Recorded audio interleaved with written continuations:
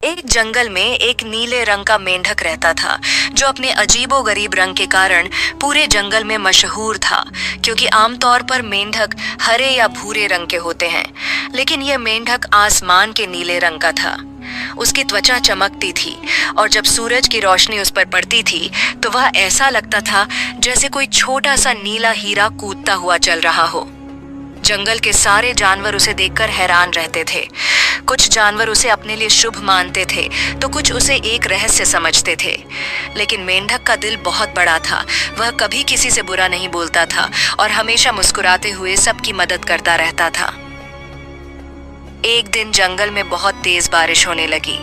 नदियां बहने लगीं, पेड़ गिरने लगे और मिट्टी का बहाव इतना तेज था कि छोटे छोटे जानवर अपने घरों से बाहर आ गए। सबको आश्रय चाहिए था, लेकिन पानी इतना ज्यादा था कि जगह मिलना मुश्किल था। तब मेंढक ने अपने छोटे से तालाब का किनारा सबके लिए खोल दिया। तालाब के पास एक बड़ा सा पत्थर था जहां से वह बार बार कूदकर मदद करता और छोटे छोटे बच्चों को उठाकर सुरक्षित जगह पहुंचाता। जंगल के बड़े बड़े जानवर भी उसकी हिम्मत देखकर हैरान थे।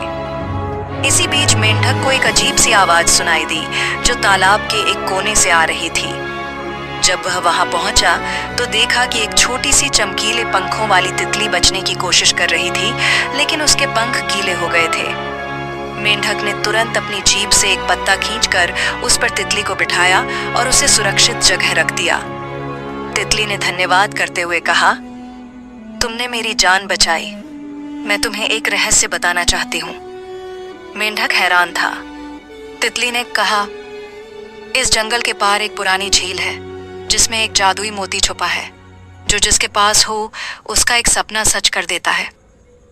मेंढक को पहले तो यकीन नहीं हुआ, लेकिन फिर सोचा कि अगर वह मोती ले आए तो अपने पूरे जंगल को बारिश के बाद वापस पहले जैसा बना सकता है। अगले दिन बारिश रुकते ही मेंढक ने अपना सफर शुरू किया। रास्ते में उसे कई मुश्किलों का सामना करना पड़ा।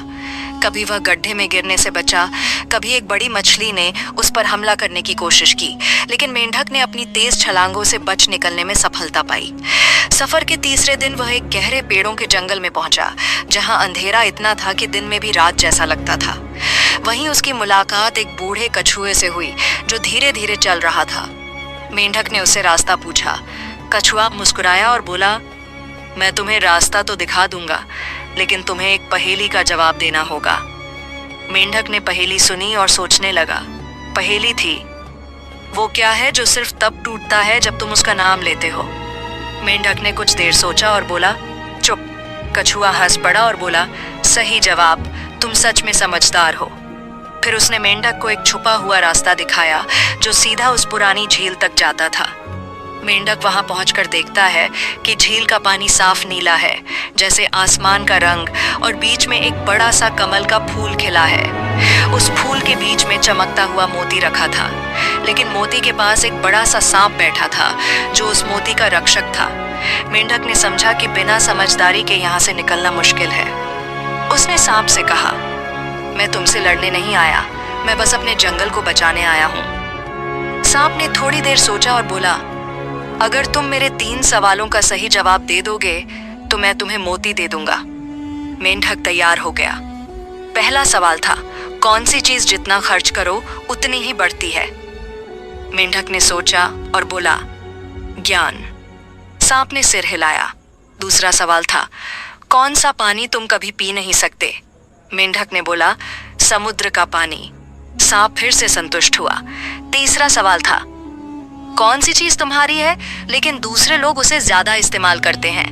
मेंढक ने तुरंत बोला, मेरा नाम। सांप मुस्कुराया और कहा, तुमने सभी जवाब सही दिए, ये मोती तुम्हारा हुआ। मेंढक ने मोती ले लिया और वापस अपने जंगल की तरफ चला। जाते वक्त उसने देखा कि झील का पानी उसके नीले रंग से मेल खा रहा था, जैसे उसका वहां आना पहले से तय था। जब वह जंगल लौटा तो उसने मोती को तालाब के बीच में रख दिया। मोती से एक चमक निकली जो पूरे जंगल में फैल गई। सूखा चला गया, पेड़ फिर से हरे भरे हो गए, जानवर अपने घरों में लौट गए। सब ने मिलकर मेंढक का शुक्रिया अदा किया। उस दिन से मेंढक सिर्फ एक अजीब रंग का जानवर नहीं, बल्कि जंगल का रक्षक बन गया। वह सभी के लिए एक ऐसी कहानी बन गया जो हर बार बारिश आने पर सबको याद दिलाती थी